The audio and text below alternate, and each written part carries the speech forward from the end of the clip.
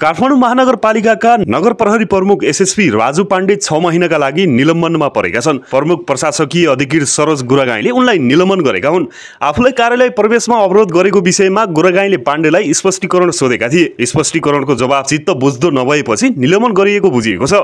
प्रशासकीय अधिकृत गुरागाईले मेयर बालेन शाह र उपमेयर सुनिता डङ्गोल सहितलाई बोधार्थ दिएर महानगर प्रहरी बल एन बमोजिम गत चैत 21 गते भएको घटनाको जाँचबुझ नसकिन्जेल बढीमा 6 महिनाको लागि निलम्बन गरिएको जनाएका छन्। सो दिन प्रशासकीय अधिकृतलाई कार्यालय प्रवेशमा रोक लगाउने पाण्डेले बल प्रयोग गरेका थिए। उपमेयर र वडाध्यक्षहरूसँग समेत उनको भनाभन भएको थियो।